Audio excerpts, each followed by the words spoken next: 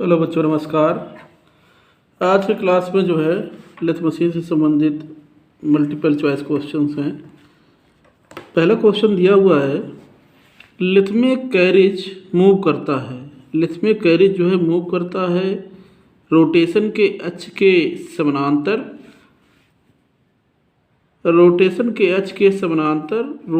के अक्ष से किसी कोण पर, रोटेशन के अक्ष के लंब रूप पर, का या खा दोनों में से एक। तो देखिए, लेथ में कैरिज मूव करता है जो है रोटेशन के अक्ष के समानांतर मूव करता है। लेथ में कैरिज मूव करता है रोटेशन के अक्ष के समानांतर। हमारा पहला ऑप्शन सही होगा। अगला क्वेश्चन दिया हुआ है, लेथ में क्रॉस स्लाइड मूव करता है। लेथ में क्रॉस स्लाइड मूव करता है रोटेशन के अक्ष के समानांतर, रोटेशन के अक्ष से किसी कोण पर, रोटेशन के अक्ष के लंब रूप पर, का या खा दोनों में से एक। तो लेथ में क्रॉस स्लाइड मूव करता है रोटेशन के अक्ष के लंब रूप पर। लेथ में क्रॉस स्लाइड मूव करता है रोटेशन के अक्ष के लंब रूप पर मूव करता है। हमारा थर्ड ऑप्शन सही होगा। अगला क्वेश्चन दिया हुआ है, स्टडी रेस्ट के पैड बनाने के लिए निम्न में से किस मटेरियल का प्रयोग किया जाता है। स्टडी रेस्ट के पैड जो है किस मटेरियल के बने होते हैं? माइल्ड स्टील, लेड, ब्रास या एल्युमिनियम। देखिए, स्टडी रेस्ट के जो पैड होते हैं, बने होते हैं, वो ब्रास के बने होते हैं, यानी पीतल के, ब्रास पीतल। अगला क्वेश्चन दिया हुआ है, फिक्स्ड स्टडी के संबंध में निम्नलिखित में से कौन सा कथन सही नहीं है। इसमें से जो है चार ऑप्शन में से एक कथन जो गलत दिया हुआ है और तीन ऑप्शन सही होंगे। देखते हैं। फिक्स्ड स्टडी के संबंध में, इसके नीचे वाले दो पैडों को जब सेट किया जाता है तो पहले इन्हें जाब की सरफेस के साथ केवल संपर्क में लाया जाता है। अगला है, जाब पर पैडों को लगाने से पहले ट्रू कर लेना चाहिए। जाब के साथ सेट करने से पहले जाब पर स्क्रीनिंग कर लेनी चाहिए। चौथा है, इसे लेथ के कैरिज के साथ फिक्स किया जाता है। देखिए, इसमें से जो है हमारा फर्स्ट, सेकेंड और थर्ड ऑप्शन सही है, जो कि इस आधार पर जो है फिक्स्ड स्टडी के संबंध में निम्नलिखित में से कौन सा कथन सही नहीं है। हमारा फोर्थ ऑप्शन जो है सही होगा। इसे लेथ के कैरिज के साथ फिक्स किया जाता है, जो कि गलत दिया हुआ है। यहाँ पर देखिए, ये सही है। इसके नीचे जो है, नीचे वाले दो पैडों को जब सेट किया जाता है तो पहले इन्हें जाब की सरफेस के साथ केवल संपर्क में लाया जाता है। ये सही दिया हुआ है। जाब पर पैडों को लगाने से पहले ट्रू कर लेना चाहिए, ये भी सही है। जाब के साथ सेट करने से पहले जाब पर स्क्रीनिंग कर लेनी चाहिए, ये भी सही है। इसे लेथ के कैरिज के साथ फिक्स किया जाता है, ये जो है नहीं होगा, इसलिए ये सही होगा। इस ऑप्शन के क्वेश्चन के आधार पर फिक्स्ड स्टडी के संबंध में निम्नलिखित में से कौन सा कथन सही नहीं है, तो इसे लेथ के कैरिज के साथ फिक्स किया जाता है। हमारा फोर्थ ऑप्शन सही होगा। अगला क्वेश्चन दिया हुआ है, एक फिक्स्ड स्टडी में होते हैं एक एडजस्टेबल पैड, दो एडजस्टेबल पैड, तीन एडजस्टेबल पैड या चार एडजस्टेबल पैड। तो एक फिक्स्ड स्टडी में जो है तीन एडजस्टेबल पैड होते हैं। एक फिक्स्ड स्टडी में तीन एडजस्टेबल पैड होते हैं। अगला क्वेश्चन दिया हुआ है, फेस प्लेट का प्रयोग करते हुए मशीनिंग ऑपरेशन करने के लिए एंगल प्लेट को पकड़ा जाता है। फेस प्लेट पर पकड़ा जाता है, कैरिज पे पकड़ा जाता है, टेल स्टॉक पर या बेड पर। देखिए, फेस प्लेट का प्रयोग करते हुए मशीनिंग ऑपरेशन करने के लिए एंगल प्लेट को जो पकड़ा जाता है वो फेस प्लेट पर पकड़ा जाता है। फेस प्लेट का प्रयोग करते हुए मशीनिंग ऑपरेशन करने के लिए एंगल प्लेट को जो है फेस प्लेट पर पकड़ा जाता है। और पहला ऑप्शन सही होगा। अगला क्वेश्चन दिया हुआ है, लेथ के निम्नलिखित पार्ट्स में से किस में हाई कंप्रेसिव स्ट्रेंथ होती है? बेड में होती है, मेन स्पिंडल में होती है, लीड स्क्रू में होती है या हेड स्टॉक में स्लाइडिंग गियर्स में होती है। तो लेथ में निम्नलिखित पार्ट्स में से किस में हाई कंप्रेसिव स्ट्रेंथ होती है? बेड में जो है हाई कंप्रेसिव स्ट्रेंथ होती है। हमारा पहला ऑप्शन सही होगा। अगला क्वेश्चन दिया हुआ है, कंपाउंड स्लाइड के स्विvel बेस को लेथ की सेंटर लाइन से 45 डिग्री में सेट किया जाता है।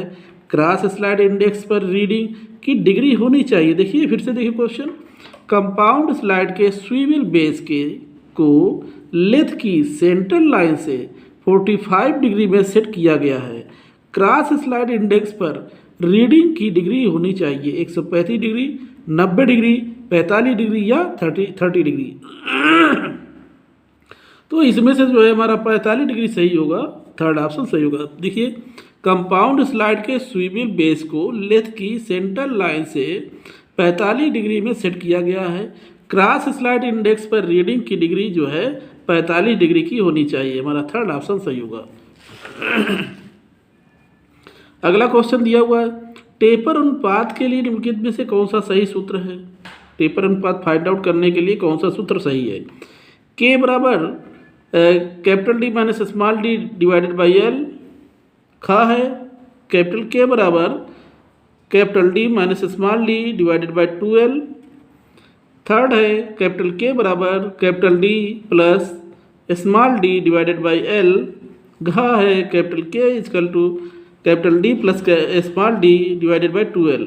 तो इसमें जो टेपर अनुपात के लिए सही सूत्र हमारा है कैपिटल के बराबर capital D minus small D divided by L, हमारा पहला ऑप्शन सही होगा। जहाँ पर के जो है के क्या प्रदर्शित करता है, टेपर अनुपात प्रदर्शित करता है। कैपिटल डी टेपर का बड़ा व्यास है, स्मॉल डी टेपर का छोटा व्यास है और एल जो है टेपर की लंबाई को प्रदर्शित करता है।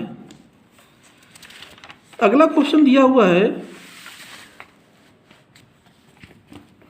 निम्नलिखित में से कौन सा पार्ट टेपर टर्निंग अटैचमेंट का नहीं है। कौन सा पार्ट जो है टेपर टर्निंग अटैचमेंट का नहीं है।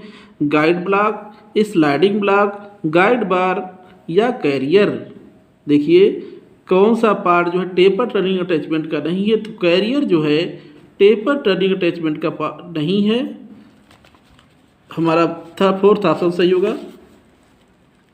अगला क्वेश्चन दिया हुआ है, लंबी और संकरी बाहरी टेपर थ्रेड्स काटने के लिए निम्नलिखित में से किस विधि का प्रयोग किया जाता है। लंबी और संकरी बाहरी टेपर थ्रेड्स काटने के लिए किस विधि का प्रयोग किया जाता है। टेल स्टॉक ऑफसेट विधि, टेपर टर्निंग अटैचमेंट विधि, कंपाउंड रेस्ट विधि, का या खा, दोनों में से एक। देखिए लंबी और संकरी बाहरी टेपर थ्रेड्स काटने के लिए जो है कंपाउंड रेस्ट विधि का प्रयोग किया जाता है। लंबी और बाहरी लंबी और संकरी बाहरी टेपर थ्रेड्स काटने के लिए जो है कंपाउंड रेस्ट विधि का प्रयोग किया जाता है, हमारा थर्ड ऑप्शन सही होगा। अगला क्वेश्चन दिया हुआ है, योक टाइप टेपर टर्निंग अटैचमेंट का जब प्रयोग किया जाता है तो कट की गहराई दी जाती है। क्रॉस स्लाइड द्वारा, कंपाउंड स्लाइड द्वारा, टेल स्टॉक द्वारा, टूल की एडजस्टिंग द्वारा। तो योक टाइप टेपर टर्निंग अटैचमेंट का जब प्रयोग किया जाता है तो कट की गहराई जो दी जाती है कंपाउंड स्लाइड द्वारा दी जाती है, हमारा सेकेंड ऑप्शन सही होगा। योक टेपर टर्निंग अटैचमेंट का जब प्रयोग किया जाता है तो कट की गहराई जो दी जाती है कंपाउंड स्लाइड द्वारा दी जाती है। अगला क्वेश्चन दिया हुआ है, वर्कपीस में मेंड्रल को पूर्ण रूप से प्रेस करने के लिए निम्नलिखित में से कौन सी विधि का प्रयोग किया जाता है। हैमरिंग, आर्बर्स प्रेस द्वारा, टेल स्टॉक द्वारा, वाइस द्वारा। तो मेंड्रल में देखिए वर्कपीस में मेंड्रल को पूर्ण रूप से प्रेस करने के लिए जो है आर्बर्स प्रेस द्वारा जो है विधि का प्रयोग किया जाता है, हमारा सेकेंड ऑप्शन सही होगा। वर्कपीस में मेंड्रल को पूर्ण रूप से प्रेस करने के लिए आर्बर्स प्रेस विधि द्वारा जो है विधि का प्रयोग किया जाता है, हमारा सेकेंड ऑप्शन सही होगा। अगला क्वेश्चन दिया हुआ है, सिंगल पॉइंट के साथ ग्रेड कटिंग, सिंगल पॉइंट के साथ ग्रेड कटिंग के दौरान थ्रेड की पिच गलत होने का निम्नलिखित में से कौन सा कारण है। चेंज गियर्स का गलत चुनाव, लीड स्क्रू का घिस जाना, हाफ नट का घिस जाना, उपरोक्त में से कोई एक। तो सिंगल पॉइंट के साथ ग्रेड कटिंग के दौरान थ्रेड की पिच गलत होने का जो है कारण है उपरोक्त में से कोई एक, हमारा जो है फोर्थ ऑप्शन सही होगा। चेंज गियर का गलत चुनाव हो सकता है, लीड स्क्रू का घिस जाना भी कारण हो सकता है, हाफ नट का घिस जाना, ये तीनों ही कारण हो सकते हैं, यानी कि उपरोक्त में से कोई एक हमारा फोर्थ ऑप्शन सही होगा। तो बच्चों आज के लिए बस इतना ही। अगली क्लास में जो है लेथ मशीन के अन्य क्वेश्चंस हैं मल्टीपल चॉइस टाइप के, जिनकी जानकारी मैं आपको दूंगा। सो थैंक यू, नमस्कार।